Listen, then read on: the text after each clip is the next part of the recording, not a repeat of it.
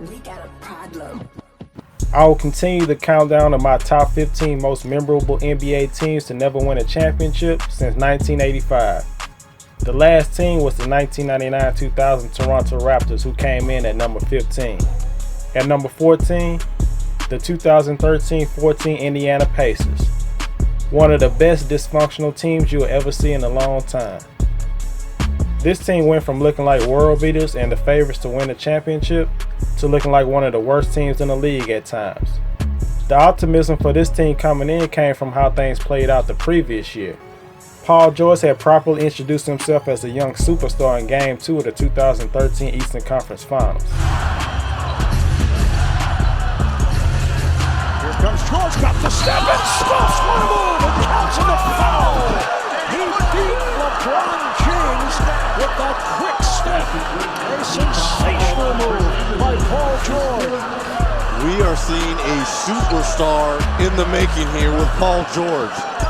Gets the step on LeBron James. The Birdman is just a little bit late, rotating over, and click, click. Birdman, this is your Kodak moment. Nobody saw the Pacers being able to push the Miami Heat to the limit. It was a pleasant surprise seeing this underdog take the Heat to a Game 7, where LeBron James had to pull out his usual do-it-yourself kit and lead the Heat to the NBA Finals for the third year in a row.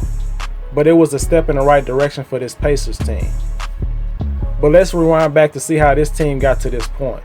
At the end of the 2010-11 season, the Indiana Pacers were coming off their first playoff appearance in 4 years, clinching the 8th seed and eventually losing to the D-Rose-led Chicago Bulls in the first round. The Pacers went into the offseason with an exciting core of young talent. They had an all-star on the roster, but it wasn't Paul George yet, who was coming off his rookie year. It was Danny Granger. At that point, he was establishing himself as one of the top scorers in the Eastern Conference. They had recently drafted well in the NBA draft. None of the players on the team were drafted in the top 5. It takes patience and hard work to scout and draft the right players with the position you're at. Larry Bird was that guy making those decisions. In the 2010 draft, the Pacers selected the best player in the draft in Paul George with the 10th overall pick to team up with Danny Granger to create potentially an explosive scoring duo. And in that same draft, they also drafted Lance Stephenson 40th overall in the second round. The Pacers got 2 of their core members of the 2013-14 squad in one draft. Lance was highly recruited coming out of high school and played for the University of Cincinnati. He had a lot of baggage that followed him as a teenager. There were a lot of self-made distractions and incidents that kept him from focusing fully on the game of basketball. That led to a big slide in the draft. 26 teams passed on him, and his hometown team, the New York Knicks, did it twice in the second round. He fell in Larry Bird's hands at number 40. Patience is definitely what you needed for Lance Stephenson. Less than a month after being drafted, he was arrested for allegedly pushing his girlfriend down a flight of stairs. But once he settled down in Indiana, where there were less distractions, he started his road down to the player he became in 2013-14. And before the Pacers made those moves, Indiana made a draft day trade with the Raptors in 2008 and acquired the Georgetown big man Roy Hibbert. The core of the team was on the roster and they was ready to compete. Danny Granger, Paul George, Roy Hibbert, and Lance Stephenson. But with all those great decisions came a crucial mistake in the 2011 NBA draft. It's understandable why the Pacers made this decision, but it doesn't make it easier to accept. The Pacers wanted to rise to the top of the Eastern Conference sooner rather than later. Before the 2011 draft, you already had 3 gifted wing players in a 28-year-old Danny Granger, a 20-year-old Paul George, and a 20-year-old Lance Stephenson. So drafting another wing player really didn't make any sense at the time. They arranged a pre-draft trade with the San Antonio Spurs and traded their 15th pick for scoring guard George Hill. Larry Bird wanted more talent at the point guard position along with Darren Collison. Unfortunately, that 15th pick was Kawhi Leonard, one of the best players in the game today. Instead of teaming up with Paul George almost 10 years later, they could have started their careers together. David West, who had torn his ACL earlier that year with the Hornets, had signed as a free agent with the Pacers during the lockout shortened season. David West felt that this team was on the rise. Fast forward to 2013-14, and the Pacers were picked by many experts to return to the Eastern Conference Finals, and some believe they could actually beat the two-time defending champions, the Miami Heat. The Pacers core was relatively young and had great chemistry, and the Pacers thought they had a team that would compete for years to come. And the bandwagon picked up steam as the team got off to their best start in franchise history with an 11-1 record. This team's calling card was their defense, and that's how they won most of their games. They punished other teams all season long with their suffocating defense, allowing only 92.3 points per game, which was number 1 in the NBA. They also had the league's highest defensive rating at 99.3. Their defense got them off to a terrific 33-7 record. The engine of this great start was the play of two 23-year-olds, Paul George and Lance Stephenson. Both players had career years. The previous year in the playoff was Paul George's coming out party, and he rode that momentum into the start of this season. This was the year he gained the reputation of being a two-way player. PG had gotten off to the best start of his career and moved to the forefront of the MVP conversation. In December, he was averaging around 25 points, 6 rebounds, and 3 assists per game, while shooting 48% from the field and 43% from 3. This season made Paul George a household name. He received 1.2 million fan votes to start in the All-Star game that season. Lance Stephenson also had an incredible year. His play put him in the conversation among the league's top most improved players. He showcased his skill set as a passer and breaking down defenses. And you know Lance loves to add a little flair to everything he does. He always wants to put on a show when he's out there playing. Make him dance, Lance. He led the league with 5 triple-doubles, which actually was impressive back then. Lance was also the team's leading rebounder, averaging around 7 boards a game. But for the most part, Lance will always be remembered more for his antics. It was never a dull moment with Lance around, which could be a good thing, and it can also be a bad thing. The same thing that can make you laugh can make you cry. Roy Hibbert played a crucial role with this team. He was the defensive anchor, the last line of defense. Hibbert was 4th in the league in blocks per game and finished 2nd in the Defensive Player of the Year voting. He was a second-team all-defensive selection. He was coming into his own on offense as a traditional low-post center, and occasionally he could knock down an open jump shot. His stellar play earned him his 2nd All-Star team selection. In February, the team clinched the best record in the Eastern Conference, and the NBA named Frank Vogul as the Eastern Conference head coach. So the Pacers had the best record in the league by the All-Star break, had 2 All-Stars, and their head coach was coaching the All-Star team. You could not have asked for a better start for this Indiana Pacers team. What could go wrong at that point, right? They always say, pressure can either make diamonds or burst pipes. It's very clear which one happened to this Indiana Pacers team.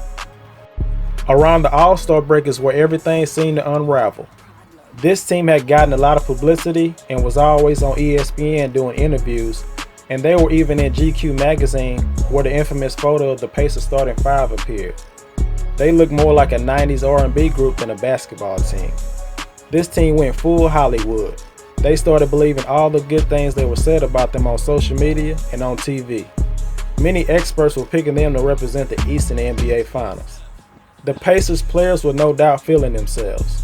It's almost like they expected everyone to lay down and not compete. Like they were going to be given the Eastern Conference crown. That arrogance and lack of discipline led to the downfall of this team. And the mid-season additions they made didn't help. The chemistry of this team got worse as the season went along. Roy Hibbert let out his frustrations throughout the second half of the season in post-game comments. It's clear that he and Lance Stephenson didn't see eye to eye. His selfish comments obviously was directed at Lance. Danny Granger had been with the team since he was drafted in 2005, where the Pacers drafted him 17th overall, another quality pick for Indiana. Unfortunately, because of a bum knee, Granger played his last game as a Pacer on February 19th. Near the end of the trade deadline, the Pacers dealt Granger to Philadelphia for a 25-year-old Evan Turner and LaVoy Allen. Over the previous 10 games, the Pacers were 6-4 and lost some ground to the Miami Heat. You understand the move at the time. Granger had missed almost 2 full years combined because of that knee injury. You needed somebody that was going to be available down the stretch. David West believes that trading Danny Granger led directly to the downfall of this team. They also added Andrew Bynum, who often showed a lack of desire to play hard after starting his career with the Lakers. According to Evan Turner, Andrew Bynum was the main reason why a fight between Turner and Lance Stephenson happened during practice. Both Turner and Stephenson were guarding each other and were going at it. And Bynum instigated by basically hyping up Lance, making every possession a bigger deal than it was. One thing led to another, and they both started pushing and shoving, and it ended with both players grabbing each other's throats, and David West had to break them up. To say that this team had locker room issues would be an understatement. Roy Hibbert seemed to lose all confidence when the Pacers signed Bynum. His game never fully recovered. On March 15, Andrew Bynum played his last game before eventually going on the inactive list indefinitely. The Pacers finished the season 14-13, losing as many games and losing twice as often in its final 27 games compared to the team's first 55 games. They were the definition of mediocre to finish the season. But with all that being said, they had such a big lead in the standings that they still finished with the first seed in the Eastern Conference. You would assume with such a slow finish to the regular season that the Pacers were turning up in the playoffs, right? Not necessarily. The Pacers almost became the third team in NBA history to lose to an 8 seed in the first round. The Atlanta Hawks had a series lead on 3 separate occasions. The Pacers were on the brink of elimination twice, in Game 6 and Game 7. Forcing Hibbert to guard the three-point line really compromised the Pacers' defense. Game 5 was the game where Hibbert played 12 minutes and recorded 0 points and 0 rebounds. The same guy who averaged 17 and 10 in the previous playoffs. It took 7 games for the Pacers to finish off the Hawks as Paul George led the way with 30 points and 11 rebounds. In the next round, the Pacers played a young Washington Wizards team and again lost Game 1 for the second time in the playoffs. But eventually they got their act together and finished them off in 6 games. That led to the showdown that everybody was waiting for, the Pacers and the Heat. And the Pacers had home court advantage this time, unlike the previous year. And the third time was a charm. As for winning the first game of the series, the Pacers came out with more energy and they smothered the Heat on defense and made good passes that led to a lot of easy buckets. The Game 1 winner in the conference finals at the time was 21-9 since 1984. But you knew the Heat wasn't going to go down without a fight. LeBron James was just too much to handle. No matter what the Pacers did, it wasn't good enough. Lance tried his best to get him off his game, but it didn't work. The Pacers were down 3-2, and in Game 6, they looked like they didn't even belong on the same court as the Miami Heat. They were thoroughly dominated from the first quarter to the fourth and lost by 25 points as the Miami Heat made it to the finals for the 4th year in a row. The Pacers fell short once again. This will end up being the last legit championship run for this core. 2 significant things happened for this team in the offseason. Lance Stephenson was a free agent, and the Pacers offered him a 5-year, $44 million contract, but Lance wasn't quite ready to commit so early in the process. Apparently, the Pacers gave Lance a deadline to sign the deal they offered, according to Lance. He decided to test the market and see which other teams may be interested, but he wasn't as highly coveted as he thought he would be. In the end, he had to settle for a smaller contract as he signed a 2-year deal worth $18 million to play for the Charlotte Hornets. He played only 62 total games with the Hornets, scoring more than 20 points just once, and he recorded the worst 3-point shooting season of all time. The Pacers not only lost one of their young stars, but they also lost another young star. During a Team USA scrimmage in Las Vegas, Paul George suffered one of the most gruesome injuries you'll ever see. George suffered a compound fracture in his leg that would knock him out for almost the entire upcoming season. The Pacers could not recover from that as they missed the playoffs the next season. This team had such a promising future that started in 2010 and basically ended in 2014.